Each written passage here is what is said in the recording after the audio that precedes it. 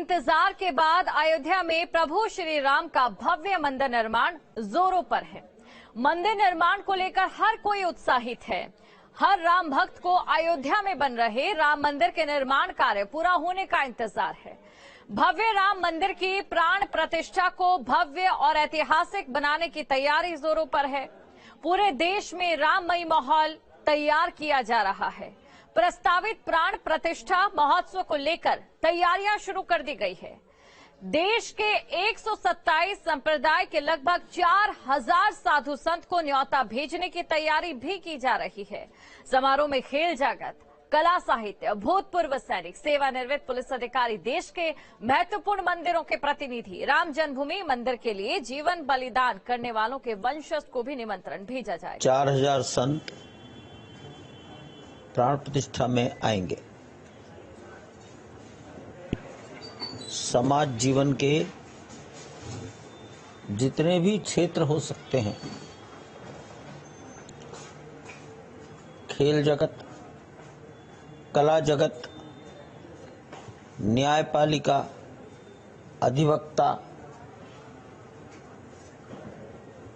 लेखक, कवि, साहित्यकार, भूतपूर्व सैनिक, सेवानिवृत्त प्रशासनिक, पुलिस और सेना के अधिकारी, लगभग समाज जीवन के 2500 लोगों की सूची भी बनाई जा रही है, ताकि प्राण प्रतिष्ठा के अवसर पर ये इस राष्ट्रीय गौरव के आयोजन में साक्षी बन सके।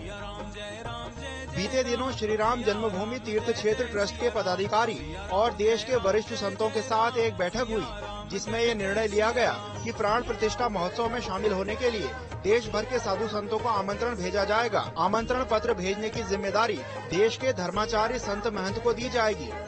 आज हमारे इस धरती धरा पर राम और लक्ष्मण के रूप में हमारे मोदी और जोगी तैयार हो गए, और जिसके अध्यक्षता में इतने बड़े महान कार्यक्रम होने जा रहा है। मैं कर्म के हिसाब से बोल रहा हूं कि मोदी राम का कर्म किया और जोगी ने लक्ष्मण जी का कर्म किया, इसलिए राम लक्ष्मण हमारे वही हैं। और जैसे कि मैं राम लक्ष्मण का ही करता हूं, अब उसमें मेरा एक विचार हुआ कि उसमें मैं सहयोग करूं। जो 50 लाख आदमी का आंकड़ा दिया गया है, तो मैं जानता हूं कि 2-4 लाख तो आदमी हमारे ही आएंगे, नेपाल से लेकर के भारत तक। तो हम उसके लिए सोचे कि तो मैं घोषणा किया 500 क्विंटल अनाज हिंदू विश्व परिषद की भंडारा में हमारे तरफ से जाएगा।